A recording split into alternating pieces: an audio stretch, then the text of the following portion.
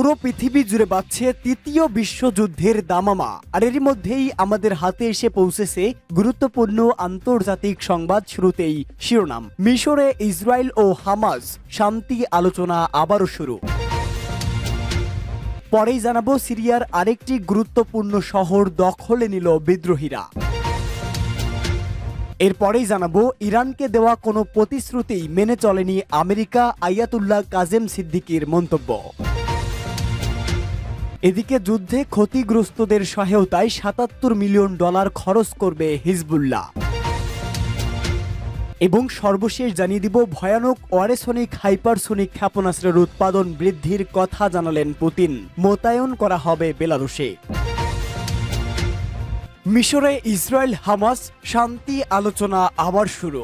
মিশরে Israel Hamas শান্তি আলোচনা আবারও শুরু হয়েছে। গত মাসে কাতার ও যুক্তরাষ্ট্রের মধ্যস্থতাকারী নিরাশ হয়ে আলোচনা বন্ধ করে দেওয়ার পর মিশরে আবার নতুন করে শান্তি আলোচনা শুরু হয়েছে বলে ফিলিস্তিনি প্রতিরোধ আন্দোলন হামাস ও ইসরায়েলের কর্মকর্তারা জানিয়েছে। হামাসের রাজনৈতিক কর্মকর্তা বাসেম নাইম দ্য অ্যাসোসিয়েট প্রেসকে বলেন, লড়াই বন্ধ করার, গাজা থেকে পণবন্দীদের মুক্তি করানোর এবং ইসরায়েল থেকে ফিলিস্তিনিদের ছাড়িয়ে আনার প্রচেষ্টা সাম্প্রতিক দিনগুলোতে আবার সক্রিয় করা হয়েছে। আরেকটি সূত্র এপিকে জানিয়েছে যে কাতারের মধ্যস্থতাকারী মিশর ফিরে এসেছেন। দ্য ওয়াশিংটন পোস্ট জানায় যে মধ্যস্থতাকারীরা এমন ইঙ্গিত দিয়েছে যে গাজায় অস্ত্রবিরতি চুক্তিতে পৌঁছানোর জন্য গুরুতর প্রচেষ্টা চলছে। পোস্টে জানানো হয়েছে যে ইসরায়েলের পররাষ্ট্রমন্ত্রী গিদিওয়ান শার মাল্টায় এক বৈঠকের সময় যুক্তরাষ্ট্রের পররাষ্ট্রমন্ত্রী অ্যান্টনি ব্লিংকেনকে বলেছেন যে ইসরায়েলের জন্য গাজায় পণবন্দীদের মুক্তি এবং এজন্য তার প্রচেষ্টা অব্যাহত রাখার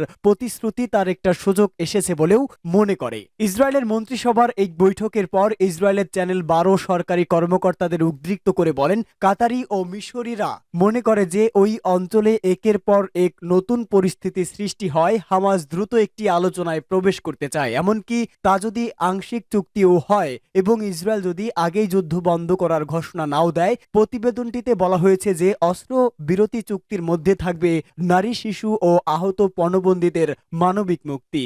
ইসরায়েল তাদের দেশে আটক শত শত ফিলিস্তিনিকে মুক্তি দেবে। প্রতিবেদনে আরো বলা হয়েছে, আগামী সপ্তাহের গোড়ার দিকেই নতুন প্রস্তাব নিয়ে আলোচনার জন্য একটি ঊর্ধ্বতন ইসরায়েলি প্রতিনিধি দল কায়রোর উদ্দেশ্যে রওনা হবেন। সিরিয়ার আরেকটি গুরুত্বপূর্ণ শহর দখলে নিল বিদ্রোহীরা। দক্ষিণ সিরিয়ার বিদ্রোহী বাহিনী দেরা অঞ্চলের বেশিরভাগ অংশ দখলে নিয়েছে। 2011 সালে দেশটির প্রেসিডেন্ট বাশার আল আসাদের বিরুদ্ধে এই শহর থেকেই বিক্ষোভ শুরু হয়েছিল। অবশেষে সেই শহর দখলে নেওয়ার দাবি করল বিদ্রোহীরা। যুক্তরাজ্য ভিত্তিক যুদ্ধ বিষয়ক পর্যবেক্ষণ সংস্থা সিরিয়ান অবজারভেটিভ ফর হিউম্যান রাইটস জানিয়েছে, স্থানীয় বিদ্রোহী গোষ্ঠীগুলো সরকারি বাহিনীর সঙ্গে সহিংস লড়াইয়ের পর বহু সামরিক স্থাপনা নিয়ন্ত্রণে নিয়েছে। অন্যদিকে বিদ্রোহী সূত্রগুলোর বরাতে রয়টার্স জানিয়েছে, সেনাবাহিনীর সঙ্গে একটি চুক্তিতে পৌঁছেছে বিদ্রোহীরা। এর আওতায় সেনাবাহিনী শহর থেকে সরে যাবে। এছাড়া সামরিক কর্মকর্তাদের রাজধানী দামেস্কে নিরাপদে যাওয়ার সুযোগ দেওয়া হবে। বিবিসি এসব খবর স্বাধীনভাবে যাচাই করতে পারেনি, তবে বিষয়টি এমন সময় সামনে এসেছে যখন উত্তর সিরিয়ার ইসলামপন্থী নেতৃত্বাধীন বিদ্রোহীরা হোমস শহরের প্রান্তে পৌঁছানোর দাবি করেছে। শুক্রবার SOHR বলেছে, দক্ষিণের বিদ্রোহীরা এখন দেরা অঞ্চলের 90% বেশি নিয়ন্ত্রণ করেছে। শুধু সানামাইন অঞ্চলটি এখনও সরকারের হাতে রয়েছে। দেরা শহরটি কৌশলগত ও প্রতীকীভাবে খুবই গুরুত্বপূর্ণ। এটি প্রাদেশিক রাজধানী এবং জর্ডান সীমান্ত ক্রসিং এর কাছেই অবস্থিত। ইসলামী প্রজাতন্ত্র ইরানের প্রভাবশালী আলেম আয়াতুল্লাহ কাজেম সিদ্দিকী বলেন, ইরানকে দেওয়া কোনো প্রতিশ্রুতিই রক্ষা করেনি আমেরিকা। তিনি বলেন, আমেরিকার সাথে আলোচনা করে কোনো লাভ হবে না। তারা আন্তর্জাতিক আইন ও নীতিমালা মেনে চলে না। আমেরিকার কাছে শক্তিই হলো যুক্তি। দুর্বল জাতিগুলোর কাছে তারা চাঁদা দাবি করে। ইরানের ছাত্র দিবস উপলক্ষে তিনি বলেন, ছাত্র সমাজের মধ্যে সাম্রাজ্যবাদ ও আধিপত্যবাদ বিরোধী চেতনা জোরালো রাখতে হবে। এই প্রসঙ্গে তিনি ইরানে মার্কিন মদতপুষ্ট সামরিক অভ্যুত্থানের ইতিহাস তুলে ধরেন এবং সবাইকে সজাগ থাকার আহ্বান জানান। ইরানের এই প্রভাবশালী আলেম সিরিয়ার বর্তমান পরিস্থিতি তুলে ধরে বলেন, ইরানের জনগণ ও সরকার সবসময় ইসলামী প্রতিরোধ ফ্রন্ট ও সিরিয়ার পাশে থাকবে। এই প্রসঙ্গে তিনি ইরানের পররাষ্ট্রমন্ত্রীর আঞ্চলিক দেশগুলো সফরের কথা তুলে ধরেন। যুদ্ধে ক্ষতিগ্রস্তদের সহায়তায় $৭৭ মিলিয়ন খরচ করবে হিজবুল্লাহ। ইসরায়েলের সঙ্গে যুদ্ধে ক্ষতিগ্রস্ত পরিবারগুলোকে নগদ $5 কোটির বেশি দেওয়ার ঘোষণা দিয়েছে লেবাননের সশস্ত্র গোষ্ঠী হিজবুল্লাহ। সংগঠনটির প্রধান নাঈম কাশেম এই ঘোষণা দেন। রেকর্ড করা এক বক্তব্যে তিনি বলেন, প্রত্যেক ব্যক্তিকে $300 থেকে $400 করে দেয়া হবে। 2,33,500 রেজিস্টার্সকৃত পরিবারকে মোট $77 মিলিয়ন দেয়া হবে। হিজবুল্লাহর প্রধান তার বক্তব্যে আর্থিক সহায়তার জন্য ইরানকে ধন্যবাদ জানান। নাঈম কাশেম আরো বলেন, ইসরায়েলের সঙ্গে যুদ্ধে যাদের বাড়িঘর ধ্বংস হয়েছে তাদের $8,000 দেওয়া হবে। এছাড়া বৈরুতে বসবাসকারীদের দেওয়া হবে $6,000 করে এবং রাজধানীর বাইরে যারা বসবাস করেন তাদেরকে $4,000 করে পরিশোধ করা হবে। এ অর্থ দেওয়া হবে বাৎসরিক হিসাবে। বাড়িঘরে ফিরে না যাওয়া পর্যন্ত এই অর্থ সহযোগিতা প্রদান করা হবে বলে জানান হিজবুল্লাহ প্রধান। আর এই অর্থের মূল যোগানদাতা হল ইরান।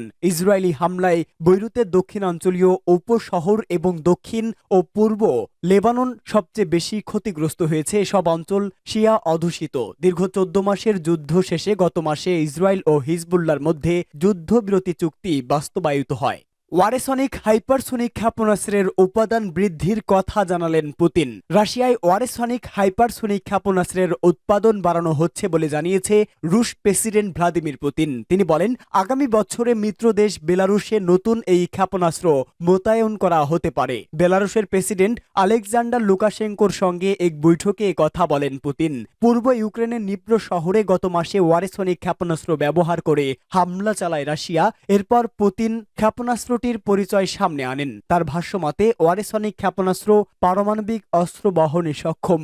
এই ক্ষেপণাস্ত্র হামলার মধ্য দিয়ে প্রায় 3 বছর ধরে চলা ইউক্রেন যুদ্ধ ঘিরে নতুন করে উত্তেজনা সৃষ্টি হয়। পুতিন ও লুকাশেঙ্কের বৈঠকটি অনুষ্ঠিত হয় বেলারুশের রাজধানী মিনস্কে। পরে তা টেলিভিশনে প্রচার করা হয়। ওয়ারেসনিকের উৎপাদন বাড়ানো হচ্ছে জানিয়ে পুতিন বৈঠক করেন। ওয়ারেসনিকের মতো অপ্রতিরোধ্য অস্ত্রগুলো বেলারুশের ভূখণ্ডে মোতায়েন করা সম্ভব হবে বলে মনে করেন তিনি। আগামী বছরের মাঝামাঝি নাগাদ দেশটিতে এই ক্ষেপণাস্ত্র মোতায়েন করা হবে। এর আগে 2023 সালে বেলারুশে কৌশলগত পারমাণবিক অস্ত্র মোতায়েন করেছিল রাশিয়া। এরপর নতুন হাইপারসোনিক ক্ষেপণাস্ত্র মোতায়েনের বিষয়ে খবর দিল পুতিন। বিশেষজ্ঞদের ধারণা, এই ক্ষেপণাস্ত্র শব্দের চেয়েও 10 গুণ বেশি গতিতে ছুটে যেতে পারে আর সর্বোচ্চ 5,500 কিলোমিটার দূরের লক্ষ্যবস্তুতে আঘাত হানার মতো সক্ষমতা রয়েছে এটির।